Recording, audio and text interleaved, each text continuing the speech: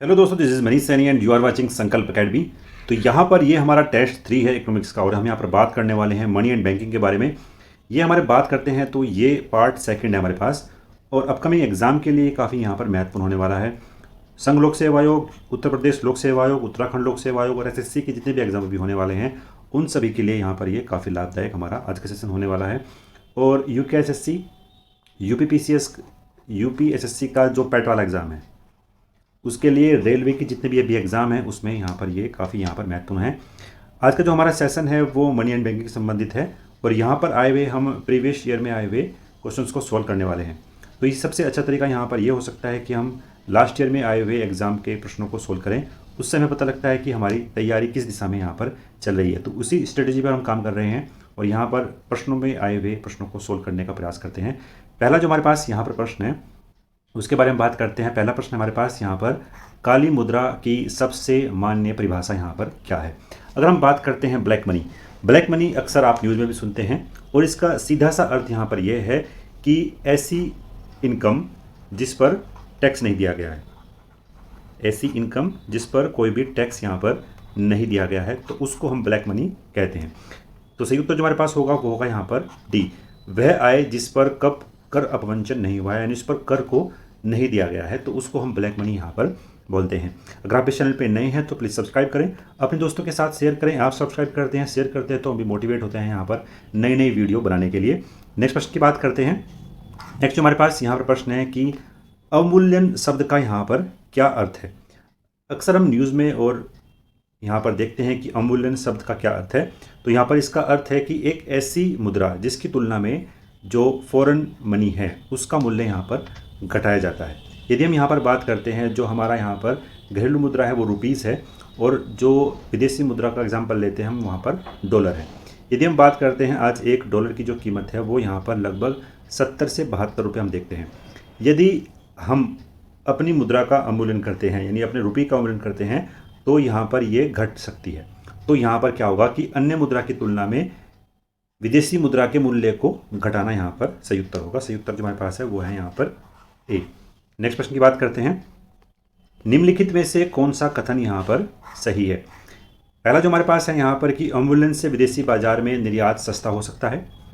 Next हमारे पास कथन है कि अवमूल्यन से घरेलू बाजार में आयात महंगा हो सकता है और उपरोक्त में से दोनों। यदि हम यहाँ पर बात करते हैं अवमूल्यन के बारे में तो अवमूल्यन का यहाँ पर यह अर्थ है कि जो रुपया है उसकी वैल्यू इंटरनेशनल मार्केट में यहाँ पर कम होती है। अगर वो वैल्यू उसकी यहाँ पर कम होगी तो जाहिर सी बात है कि दूसरे देशों में यहाँ पर उसको इजीली अवेलेबल मुद्रा उसको हम बोल सकते हैं। इसकी वजह से जो निर्यात है उस देश का जिसमें अवमूल्यन किया गया है वो यहाँ पर सस्ता हो सकता है। अगर हम बात करते हैं बाहर से आए हुए सामान के बारे में यानी आयात के बारे में तो आयात उस पर्टिकुलर देश में यहाँ पर आयात वो यहाँ पर महंगा हो सकता है। तो एक्सपोर्ट और इंपोर्ट पर यहाँ पर दोनों पर ही असर पड़ने वाला है और ये जो देश है जिसने अवमूल्यन किया है उसके लिए एक फ़ायदे की स्थिति में हम उसको देख सकते हैं। तो सही उत्तर जो हमारे पास होगा वो होगा यहाँ पर सी। दोनों ही यहाँ पर हमारे पास सही हैं। नेक्स्ट प्रश्न की बात करते हैं। अवमूल्यन का उद्देश्य क्या होता है। इसका सीधा सा जो उद्देश्य है वो यहाँ पर यह है कि हम कुछ ना कुछ प्रॉफिट को गेन करते हैं यानी निर्यात को हम प्रोत्साहित करने का काम करते हैं। अवमूल्यन का सीधा सा अर्थ यहाँ पर यही है। अभी पिछले दिनों अगर हम एग्जाम्पल लेते हैं तो चाइना ने अपनी करेंसी का अवमूल्यन किया था। इसका करने का केवल यहाँ पर एक ही पर्पज़ था कि वो अपने एक्सपोर्ट को बढ़ा सकता है यानी वो अपने एक्सपोर्ट को यहाँ पर इंक्रीज करना चाह रहा था जिसकी वजह से यहाँ पर चाइना ने अपनी करेंसी का अवमूल्यन किया था और इसका काफ़ी विरोध भी पूरे वर्ल्ड में देखने को मिला था। तो निर्यात को प्रोत्साहित करने के लिए यहाँ पर अवमूल्यन का सहारा लिया जाता है। नेक्स्ट प्रश्न की बात करते हैं। नेक्स्ट हमारे पास यहाँ पर प्रश्न है कि भुगतान संतुलन के विपरीत होने की दिशा में निम्नलिखित में से कौन सा कदम स्थिति सुधारने में सहायक होगा। यदि हम बात करते हैं किसी देश का बैलेंस ऑफ पेमेंट यहाँ पर बिगड़ता है तो उस देश को ये चाहिए कि वो अपनी मुद्रा का अवमूल्यन कर दे। उसकी वजह से उसका निर्यात यहाँ पर अधिक होगा और उसका जो बैलेंस ऑफ पेमेंट है वो सुधरने में यहाँ पर सहायक हो सकता है। तो सही उत्तर जो हमारे पास होगा वो होगा यहाँ पर बी, यानी किसी भी देश का अपनी मुद्रा का अवमूल्यन करता है तो वो भुगतान संतुलन की सही स्थिति में या सुधारने की स्थिति में यहाँ पर पहुँच सकता है। तो सही उत्तर जो होगा आपका वो होगा यहाँ पर बी।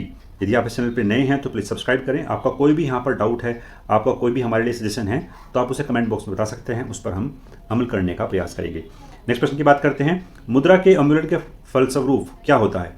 यदि हमने अभी बात की थी कि वहाँ पर जो निर्यात है वो बढ़ता है, यानी निर्यात व्यापार का प्रसार होगा। सही उत्तर हमारे पास यहाँ पर ए हमारे पास सही है। फिर हमारे पास बात करते हैं बी ऑप्शन के बारे में कि आयात व्यापार का संकुचन होगा, यानी उसका जो आयात वहाँ पर हो रहा है उस पर यहाँ पर कमी देखने को मिलेगी और आयात स्थानापत्ति का प्रसार होता है। तो उपरोक्त यहाँ पर सभी हैं, तो सही उत्तर जो हमारे पास होगा वो होगा यहाँ पर डी। अवमूल्यन के फलस्वरूप हमें ये चीज़ें देखने को यहाँ पर मिलती हैं। नेक्स्ट प्रश्न की बात करते हैं, अब तक भारतीय रुपये का कितनी बार अवमूल्यन किया जा चुका है। तो हम बात करते हैं अब तक कि कितनी बार किया जा चुका है, तो वो किया गया है यहाँ पर 3 बार अब तक भारतीय रुपये का अवमूल्यन किया गया है। बात करते हैं कौन कौन सी डेट में किया गया था अब तक। तो भारत जब आज़ाद हुआ था तो उसके तुरंत बाद 1949 में हमने अपनी मुद्रा का अवमूल्यन किया था पहली बार, तो फर्स्ट टाइम किया था।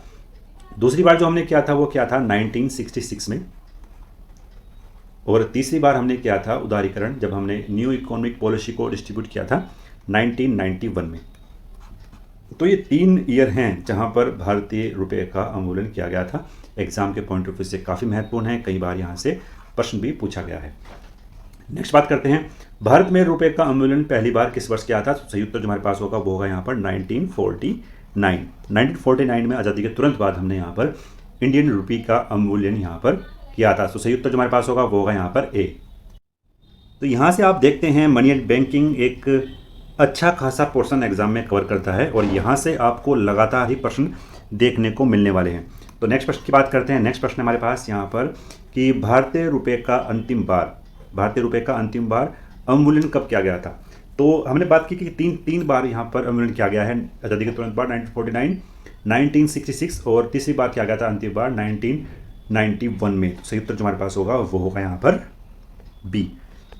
नेक्स्ट प्रश्न की बात करते हैं, किस वर्ष भारतीय रुपये का अवमूल्यन 2 चरणों में अवमूल्यन यहाँ पर किया गया था। तो हम बात करते हैं 1991 में। 1991 में 2 बार अवमूल्यन किया गया था यहाँ पर इंडियन रुपये का। तो सही उत्तर जो हमारे पास होगा वो होगा यहाँ पर 1991।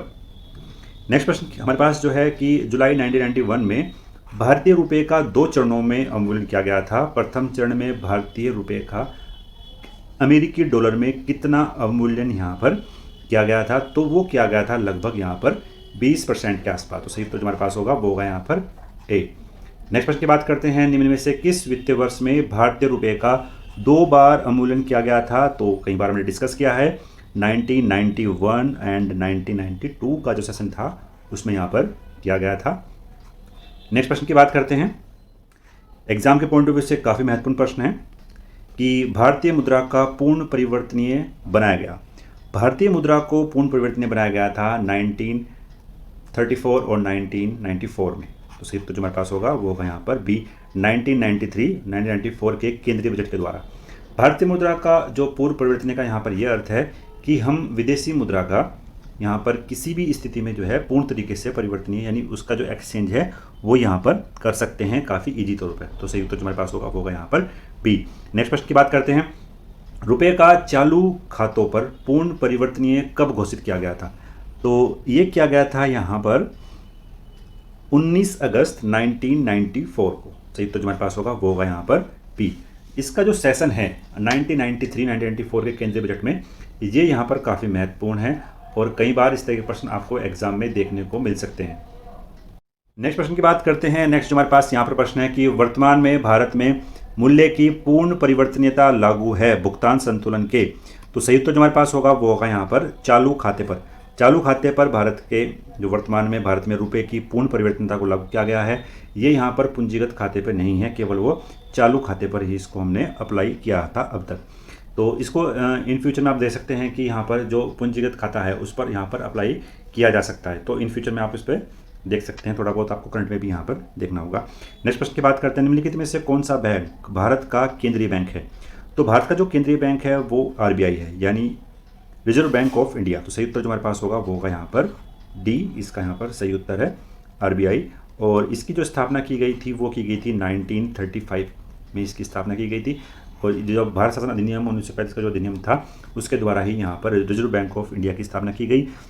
और ये भारत में भारत का केंद्रीय बैंक है और सबसे अधिक मॉनिटरिंग करने का जो काम करता है वो यहाँ पर आरबीआई करता है। ये बैंकरों का बैंक है, ये भारत सरकार का बैंक है। तो इस तरह के प्रश्न आपको देखने को मिल सकते हैं आपके एग्जाम में, काफ़ी महत्वपूर्ण है ये प्रश्न। नेक्स्ट बात करते हैं हम कि भारत का सबसे बड़ा बैंक कौन सा है। तो भारत का जो सबसे बड़ा बैंक है वो है यहाँ पर भारतीय रिजर्व बैंक, यानी आरबीआई भारत का सबसे बड़ा बैंक यहाँ पर है। नेक्स्ट प्रश्न है हमारे पास यहाँ पर, भारत में किसे बैंकों का बैंक कहा जाता है। तो वो कहा जाता है यहाँ पर भारतीय रिजर्व बैंक को, आरबीआई को भारत में बैंकों का बैंक कहा जाता है। तो नेक्स्ट प्रश्न की बात करते हैं। नेक्स्ट प्रश्न है हमारे पास यहाँ पर, बैंक की नई शाखा खोलने के लाइसेंस किसके द्वारा यहाँ पर दिए जाते हैं। तो जाहिर सी बात है कि यहाँ पर वो आरबीआई के द्वारा ही यहाँ पर मिलते हैं। उनकी नई शाखा खोलने के लिए बैंकों पर यहाँ पर रेगुलेटिंग का काम करता है आरबीआई, और कितनी उनको यहाँ पर जो ब्याज दर है वो रखनी है, कितनी रेपो रेट है, रिजर्व रेपो रेट है, तो ये सब आपको देखने को मिलता है कि उसको यहाँ पर आरबीआई जो है रेगुलेटिंग का काम करता है। नेक्स्ट प्रश्न की बात करते हैं, आरबीआई का मुख्यालय कहाँ पर स्थित है। आरबीआई का जो मुख्यालय है वो बम्बई में स्थित है। तो सही उत्तर जो हमारे पास होगा वो होगा यहाँ पर भी, एग्जाम के पॉइंट ऑफ व्यू से काफ़ी महत्वपूर्ण है। यूपीपीएससी में पूछा गया था 2010 में प्रश्न, तो एग्जाम के पॉइंट ऑफ व्यू से काफ़ी महत्वपूर्ण है। नेक्स्ट प्रश्न की बात करते हैं, भारतीय रिजर्व बैंक का राष्ट्रीयकरण किस वर्ष किया गया था। तो ये किया गया था 1949 में। 1949 में आरबीआई का यहाँ पर राष्ट्रीयकरण किया गया था। इसकी जो स्थापना की गई थी वो भारत शासन अधिनियम 1935 के द्वारा 1935 में ही यहाँ पर की गई थी। तो एग्जाम के पॉइंट ऑफ व्यू से काफ़ी महत्वपूर्ण प्रश्न है। नेक्स्ट प्रश्न की बात करते हैं। नेक्स्ट जो हमारे पास यहाँ पर प्रश्न है कि भारतीय रिजर्व बैंक का कार्य नहीं है। भारतीय रिजर्व बैंक का कौन सा कार्य यहाँ पर नहीं है। हम बात करते हैं कौन कौन से यहाँ पर हमारे पास ऑप्शंस है कि करेंसी नोट जारी करना, बिल्कुल सही है, ये भारतीय रिजर्व बैंक का कार्य है। मुद्रा योजना बनाना, ये भी सही है। जितने भी मॉनेटरी पॉलिसी हैं वो सब बनाने का काम यहाँ पर आरबीआई करती है। भारत के सभी बैंकों पर यहाँ पर नियंत्रण रखना, ये कार्य भी यहाँ पर आरबीआई को सौंपा गया है। नेक्स्ट जो हमारे पास है वो है यहाँ पर कि निर्यातकर्ताओं का ऋण देना, यानी अगर हम बात करते हैं आरबीआई का, एक जो आम नागरिक है उसका यहाँ पर आरबीआई में बैंक अकाउंट देखने को नहीं मिलता है, यानी निर्यातकर्ताओं को ऋण देना यहाँ पर इसका कार्य नहीं है। तो सही उत्तर जो हमारे पास होगा वो होगा यहाँ पर डी। आरबीआई का जो कार्य है वो करेंसी नोट जारी करना है, बैंकिंग जो पॉलिसीज़ हैं उनको बनाना है, मॉनेटरी जो पॉलिसी है उनको बनाना है। भारत के सभी बैंकों पर रेगुलेटिंग का काम यहाँ पर आरबीआई के द्वारा किया जाता है। तो सही उत्तर जो हमारे पास होगा वो होगा यहाँ पर डी, आरबीआई का कार्य यहाँ पर नहीं है। नेक्स्ट प्रश्न की बात करते हैं, भारतीय रिजर्व बैंक का यहाँ पर क्या कार्य नहीं है। भारतीय रिजर्व बैंक यहाँ पर जनता से जमा को स्वीकार नहीं करता है। सही उत्तर हमारे पास यहाँ पर डी। तो ये प्रश्न आपने को देखने को मिल सकते हैं यहाँ पर, जो आपको देखना होगा वो देखना होगा यहाँ पर नहीं।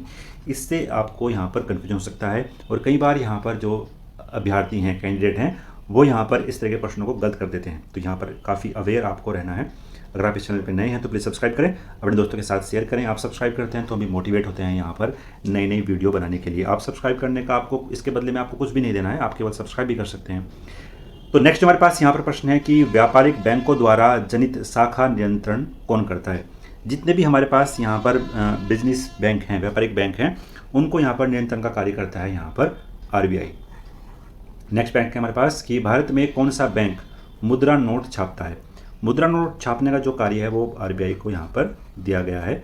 तो इस तरह के प्रश्नों पर सीधी सी बात है, यहाँ पर आरबीआई आपको टिक करना है। नेक्स्ट प्रश्न की बात करते हैं। नेक्स्ट जो हमारे पास यहाँ पर प्रश्न है कि भारत में विदेशी विनिमय संचय का प्रतिरक्षक कौन है। यानी आप जितना भी फॉरेन एक्सचेंज करते हैं उसको रिजर्व रखते हैं, तो उसका यहाँ पर प्रतिरक्षक कौन है। तो जाहिर सी बात है वो यहाँ पर आरबीआई उसका प्रतिरक्षक बनाया गया है। नेक्स्ट प्रश्न की बात करते हैं, भारत का केंद्रीय मुद्रा जारी करने वाला बैंक कौन सा है। तो वो यहाँ पर आरबीआई है। तो आरबीआई को आप देखते हैं कितने प्रश्न यहाँ से बन सकते हैं, और इस तरह के प्रश्न आपको एग्जाम में देखने को मिलने वाले हैं। नेक्स्ट हमारे पास यहाँ पर प्रश्न है कि भारत में कागजी नोट मुद्रा को जारी करने का पूर्ण अधिकार किसके पास है। तो ये अगर कागजी नोट की हम बात करते हैं तो वो यहाँ पर आरबीआई को दिया गया है। और अगर हम बात करते हैं 1 रुपये के बारे में, तो 1 रुपये का जो नोट है उस पर आपको साइन मिलते हैं यहाँ पर भारत सचिव के यहाँ पर आपको साइन देखने को मिलते हैं 1 रुपये के नोट पर। यहाँ पर आपको आरबीआई के गवर्नर के साइन नहीं मिलते हैं। ये किसके मिलेंगे यहाँ पर, भारत सरकार में वित्त सचिव के यहाँ पर जो फाइनेंस सचिव होगा उसके आपको यहाँ पर साइन देखने को मिलते हैं 1 रुपये के नोट पर। तो नेक्स्ट प्रश्न हमारे पास कि भारत में मुद्रा जारी करने का एकमात्र अधिकार 1 रुपये के सिक्के और नोटों को छोड़कर किसके पास है। तो अभी हमने बात की यहाँ पर 1 रुपये के जो सिक्के हैं और नोट्स हैं उसको यहाँ पर भारत सरकार यहाँ पर करती है। बाकी आप यहाँ पर आरबीआई के द्वारा इसको कंडक्ट किया जाता है। तो सही उत्तर जो हमारे पास होगा वो होगा यहाँ पर डी। सही उत्तर हमारे पास डी। नेक्स्ट बात करते हैं, भारत में सिक्कों को जारी करने के लिए कौन अधिकृत है। भारत में जितने भी आप कॉइन्स देखते हैं उनको यहाँ पर जारी किया जाता है आपकी फाइनेंस मिनिस्ट्री के द्वारा, यानी वित्त मंत्रालय के द्वारा ही यहाँ पर आपको आपके जो सिक्के हैं वो यहाँ पर जारी किए जाते हैं। नेक्स्ट प्रश्न जो हमारे पास है कि भारत में केंद्रीय बैंक के सभी कार्यों को कौन सा बैंक यहाँ पर संपादित करता है। जितने भी अगर हम बात करते हैं केंद्रीय बैंक के जितने भी कार्य हैं वो यहाँ पर भारतीय रिजर्व बैंक के द्वारा ही यहाँ पर किए जाते हैं। निम्नलिखित में से कौन सा भारत सरकार का मुख्य बैंकर है, तो वो है यहाँ पर आरबीआई। आरबीआई यहाँ पर मुख्य बैंकर के रूप में कार्य करता है भारत सरकार के। नेक्स्ट प्रश्न की बात करते हैं। नेक्स्ट जो हमारे पास यहाँ पर प्रश्न है कि निम्नलिखित में से किस बैंक में कोई व्यक्ति अपना खाता नहीं खोल सकता है। तो हम बात करते हैं भारतीय रिजर्व बैंक में किसी भी व्यक्ति का यहाँ पर आपको बैंक अकाउंट नहीं देखने को मिलेगा। सही उत्तर हमारे पास यहाँ पर सी। भारत में मौद्रिक नीति किसके द्वारा बनाई और लागू की जाती है। जितनी भी मॉनेटरी पॉलिसी है, मौद्रिक नीति है, वो आरबीआई के द्वारा ही यहाँ पर बनाई जाती है। तो सही उत्तर जो हमारे पास होगा भारतीय रिजर्व बैंक। सही उत्तर हमारे पास यहाँ पर सी। नेक्स्ट प्रश्न की बात करते हैं, भारतीय रिजर्व बैंक की मुद्रा नीति का उद्देश्य नहीं है। भारतीय रिजर्व बैंक की जो मुद्रा नीति है उसका यहाँ पर उद्देश्य नहीं है कि वो सामाजिक न्याय को सुनिश्चित करे। बाकी तीनों ही यहाँ पर सही हैं कि वो आर्थिक विकास को प्रोत्साहित करता है, वांछनीय दिशा में सीधा क्रेडिट करता है, मुद्रास्फीति के दबाव को नियंत्रित करता है। तो सही उत्तर जो हमारे पास होगा वो होगा यहाँ पर डी। सामाजिक न्याय को सुनिश्चित करना यहाँ पर आरबीआई का कार्य नहीं है। नेक्स्ट प्रश्न की बात करते हैं कि भारतीय रिजर्व बैंक से संबंधित निम्नलिखित कथनों का अध्ययन कर नीचे दिए गए कूट में सही उत्तर आपको यहाँ पर चुनना है। तो अगर हम बात करते हैं आरबीआई के बारे में, यहाँ पर क्या क्या हमारे पास फैक्ट है। यह एक शीर्ष बैंक है, तो ये बिल्कुल सही है, एक हमारे पास सही है। नेक्स्ट हम बात करते हैं यहाँ पर यह मुद्रा आपूर्ति को नियंत्रित करता है, यानी मॉनेटरी पॉलिसी है उसको कंट्रोल करता है, ये बिल्कुल सही है। फिर हम बात करते हैं यह व्यापारिक घरानों को ऋण प्रदान करने का कार्य करता है। तो अगर हमने बात की तो आरबीआई है वो किसी को भी ऋण प्रदान करने का कार्य नहीं करता है, वो केवल किसको करता है, बैंकों को ऋण प्रदान करने का कार्य करता है, ना तो आम नागरिक को और ना ही व्यापारिक घरानों को यहाँ पर ऋण प्रदान किया जाता है। वह नाबार्ड के कार्यों का निरीक्षण करता है। नाबार्ड एक ऐसा बैंक है जो ग्रामीण क्षेत्रों में ऋण प्रोवाइड करने का कार्य करता है। स्पेशली इसका जो काम है वो ग्रामीण क्षेत्रों में ऋण लोन को प्रोवाइड करना है, नाबार्ड बैंक का काम। तो ये बिल्कुल सही है। सही उत्तर जो हमारे पास होगा वो होगा 1 to 4। तो सही उत्तर जो हमारे पास है वो है यहाँ पर डी। नेक्स्ट प्रश्न की बात करते हैं, भारतीय रिजर्व बैंक की लेखा वर्ष की अवधि क्या है। भारतीय रिजर्व बैंक यहाँ पर अप्रैल से मार्च तक कार्य करता है, यानी 1 अप्रैल से ये अपना फाइनेंशियल ईयर स्टार्ट करके इसको ले जाता है यहाँ पर 30 मार्च तक। ये यहाँ पर संबंधित है आरबीआई के लेखा अकाउंटिंग ईयर से। नेक्स्ट प्रश्न की बात करते हैं। नेक्स्ट हमारे पास प्रश्न है कि रिजर्व बैंक के नोट निर्वहन विभाग के पास हर समय कम से कम कितने मूल्य का स्वर्ण कोष रहना आवश्यक है। तो ये क्राइटेरिया लगातार यहाँ पर चेंज भी होता रहता है और इसको हम 115 यहाँ पर सही कर सकते हैं कि 115 करोड़ का आपके पास जो है इतना गोल्ड होना चाहिए। 115 करोड़ का आपके पास यहाँ पर गोल्ड होना चाहिए। तो ये तो जो हमारे पास होगा वो होगा यहाँ पर बी। अब नेक्स्ट प्रश्न की बात करते हैं। नेक्स्ट जो हमारे पास यहाँ पर प्रश्न है कि भारतीय रिजर्व बैंक करेंसी नोट जारी करता है। भारतीय रिजर्व बैंक यहाँ पर जो करेंसी नोट जारी करता है वो करता है यहाँ पर कि नियत न्यूनतम आरक्षण प्रणाली के अंतर्गत। सही उत्तर जो हमारे पास होगा वो होगा यहाँ पर सी। नेक्स्ट प्रश्न की बात करते हैं, निम्नलिखित में से कौन सी भारत की शीर्ष बैंकिंग संस्था है जो मौद्रिक नीति को नियंत्रित करती है। तो ये सही उत्तर जो हमारे पास होगा वो होगा यहाँ पर भारतीय रिजर्व बैंक के द्वारा यहाँ पर भारत की शीर्ष बैंकिंग संस्था है जो मॉनेटरिंग पॉलिसी को यहाँ पर नियंत्रित करती है। नेक्स्ट प्रश्न की बात करते हैं, भारतीय रिजर्व बैंक की खुली बाजार कार्यवाही का अर्थ क्रय और विक्रय है। तो सही उत्तर जो हमारे पास होगा वो होगा यहाँ पर सरकारी बॉन्ड्स, यानी गवर्नमेंट जो सिक्योरिटी हैं उसको यहाँ पर ओपन मार्केट में यहाँ पर बाई और सेल का कार्य जो करता है वो यहाँ पर आरबीआई के द्वारा किया जाता है। और इन्फ्लेशन को कंट्रोल करने के लिए यहाँ पर ये सारा जो प्रोसेस है वो यहाँ पर आरबीआई के द्वारा किया जाता है। नेक्स्ट प्रश्न की बात करते हैं, 1 रुपये के नोट पर किसके हस्ताक्षर आपको देखने को मिलते हैं। तो ये यहाँ पर मिलते हैं वित्त मंत्रालय के सचिव के। सही उत्तर जो हमारे पास होगा वो होगा यहाँ पर सी। नेक्स्ट प्रश्न की बात करते हैं, 10 रुपये के नोट पर किसके हस्ताक्षर होते हैं। तो 1 रुपये के नोट पर केवल आपको वित्त मंत्रालय के सचिव के सिग्नेचर मिलेंगे और उससे ऊपर के जितने भी नोट हैं वहाँ पर गवर्नर यानी भारतीय रिजर्व बैंक के गवर्नर के आपको साइन देखने को मिलेंगे। सही उत्तर जो हमारे पास है वो है यहाँ पर डी। नेक्स्ट प्रश्न की बात करते हैं। नेक्स्ट हमारे पास यहाँ पर प्रश्न है कि भारत में 50 रुपये की करेंसी पर किसके हस्ताक्षर हैं। तो वो सीधी सी अर्थ है वो यहाँ पर आरबीआई के गवर्नर के यहाँ पर हस्ताक्षर हैं। नेक्स्ट प्रश्न की बात करते हैं, भारत में करेंसी नोट के पिछले भाग पर कितनी भाषाएं यहाँ पर मुद्रित की गई हैं।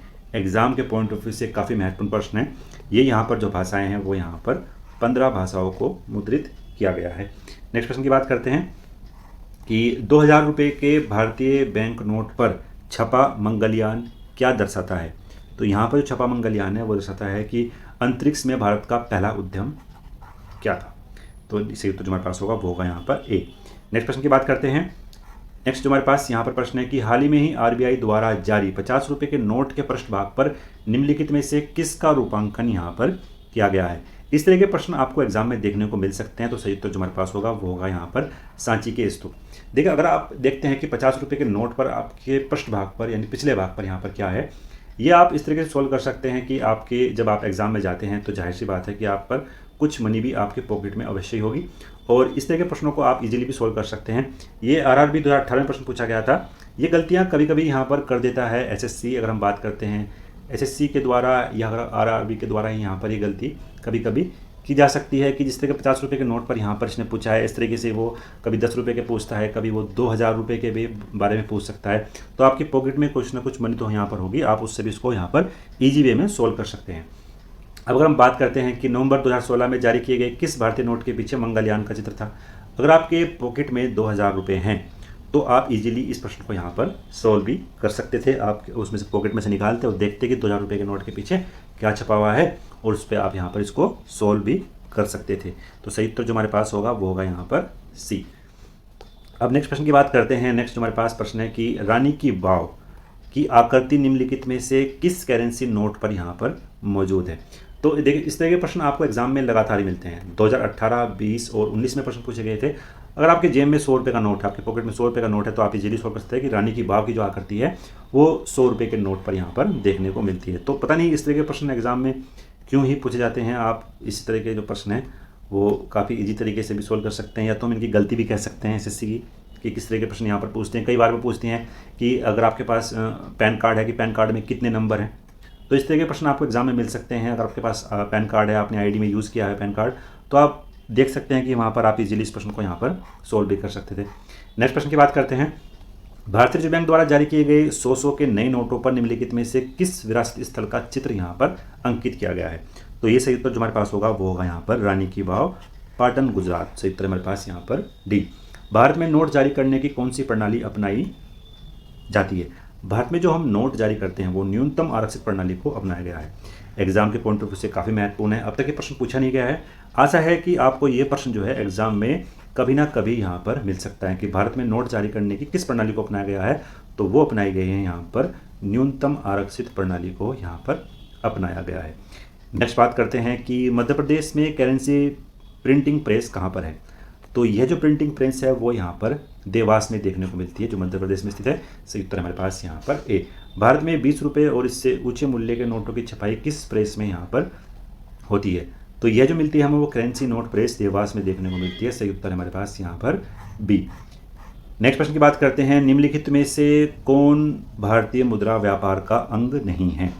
अगर हम बात करते हैं भारतीय मुद्रा व्यापार का अंग नहीं है तो आईडीबीआई भी एक बैंक है, आईसीआईसीआई और यूटीआई। तो आरबीआई यहाँ पर उस भारतीय मुद्रा व्यापार का अंग नहीं है, ये इसका रेगुलेटिंग का काम करता है। तो सही उत्तर जो हमारे पास होगा वो होगा यहाँ पर बी। सही उत्तर हमारे पास यहाँ पर डी। अब नेक्स्ट प्रश्न की बात करते हैं। नेक्स्ट जो हमारे पास यहाँ पर प्रश्न है कि सार्वजनिक क्षेत्र के वाणिज्य बैंकों की सर्वाधिक शाखाएं किस राज्य में है। तो सार्वजनिक बैंक के जो वाणिज्यिक बैंक है उसके सबसे अधिक शाखाएं जो हमें देखने को मिलती है वो मिलती है यहाँ पर उत्तर प्रदेश में। नेक्स्ट प्रश्न की बात करते हैं। राष्ट्रीयकरण से पहले भारतीय स्टेट बैंक एसबीआई का नाम क्या था। तो एसबीआई का जो नाम था वो था यहाँ पर imperial bank of India. SBI का नाम यहाँ पर इंपीरियल बैंक ऑफ इंडिया था। और हम बात करते हैं इंपीरियल बैंक ऑफ इंडिया की स्थापना कब की गई थी। तो इसकी जो स्थापना की गई थी वो की गई थी 1921 में। सही उत्तर हमारे पास यहाँ पर बी। नेक्स्ट प्रश्न हमारे पास कि भारतीय स्टेट बैंक की स्थापना कब की गई। तो भारतीय स्टेट बैंक की जो स्थापना की गई थी वो की गई थी 1955 में। सही उत्तर हमारे पास यहाँ पर बी। तो इस तरह के प्रश्न आपको देखते हैं लगातार ही एग्जाम में ये मिलते हैं और इस तरह के प्रश्न को आप छोड़ भी नहीं सकते हैं। तो ये काफ़ी महत्वपूर्ण है। जितना भी यहाँ पर इनका एस्टेब्लिश ईयर है, जितने भी बैंक हैं, तो वो आपको यहाँ पर याद ही करने होंगे, उसका यहाँ पर कोई भी सॉल्यूशन नहीं है। तो भारतीय स्टेट बैंक की जो स्थापना की गई थी वो 1955 में की गई थी। एग्जाम के पॉइंट ऑफ व्यू से काफ़ी महत्वपूर्ण यहाँ पर हो जाता है। नेक्स्ट प्रश्न की बात करते हैं, भारत का सबसे बड़ा व्यापारिक बैंक कौन सा है। अगर हम बात करते हैं भारत का सबसे बड़ा जो व्यापारिक बैंक है वो यहाँ पर SBI है। और नाबार्ड बैंक यहाँ पर जो काम करता है वो ग्रामीण क्षेत्रों में जो लोन प्रोवाइड करने का यहाँ पर काम करता है। नेक्स्ट बात करते हैं, भारतीय स्टेट बैंक का मुख्यालय कहाँ पर स्थित है, यानी SBI का मुख्यालय कहाँ पर है, तो वो है यहाँ पर बम्बई में इसका मुख्यालय है। नेक्स्ट प्रश्न की बात करते हैं, with you all the way किस बैंक की विज्ञापन पद्धति है, तो भारतीय स्टेट बैंक की यहाँ पर विज्ञापन पद्धति है। चमकता हुआ सितारा किस राष्ट्रीयकृत बैंक का प्रतीक है, चमकता हुआ जो सितारा है वो यहाँ पर बैंक ऑफ इंडिया का राष्ट्रीय, या बात करते हैं बैंक का राष्ट्रीयकृत बैंक का यहाँ पर प्रतीक है। नेक्स्ट प्रश्न की बात करते हैं, निम्नलिखित में से कौन सा राष्ट्रीयकृत बैंक यहाँ पर नहीं है। जो राष्ट्रीयकृत बैंक यहाँ पर नहीं है वो है यहाँ पर भारतीय स्टेट बैंक, यहाँ पर राष्ट्रीयकृत बैंक नहीं है। नेक्स्ट प्रश्न की बात करते हैं, कैफाफिना किस भारतीय स्टेट बैंक की अनुशंसी संस्था है। हम बात करते हैं जो कैनाफिना है वो केनरा बैंक की एक अनुशंसी संस्था यहाँ पर है। सही उत्तर जो हमारे पास है वो यहाँ पर होगा ए। तो अब तक हमने यहाँ पर लगभग 40,000 प्रश्नों को यहाँ पर डिस्कस किया था। अभी हम यहाँ पर और भी प्रश्नों को डिस्कस करेंगे। इसके करीबन हम 300 प्रश्नों को डिस्कस करने वाले हैं यहाँ पर मनी एंड बैंकिंग के। तो मेरा मानना है कि आप उन प्रश्नों को डिस्कस करते हैं, देखते हैं, तो आपका कोई प्रश्न यहाँ पर गलत होने वाला नहीं है। अगर आप इस चैनल पर नए हैं, आपने यहाँ तक देखा है, तो प्लीज़ सब्सक्राइब करें, अपने दोस्तों के साथ शेयर करें। कोई भी आपके लिए कोई सजेशन है, कोई डाउट है, तो आप प्लीज़ कमेंट बॉक्स में उसको बता सकते हैं, हम यहाँ पर उसको सॉल्व भी कर लेंगे। तो मिलते हैं नेक्स्ट वीडियो में। धन्यवाद। जय हिंद।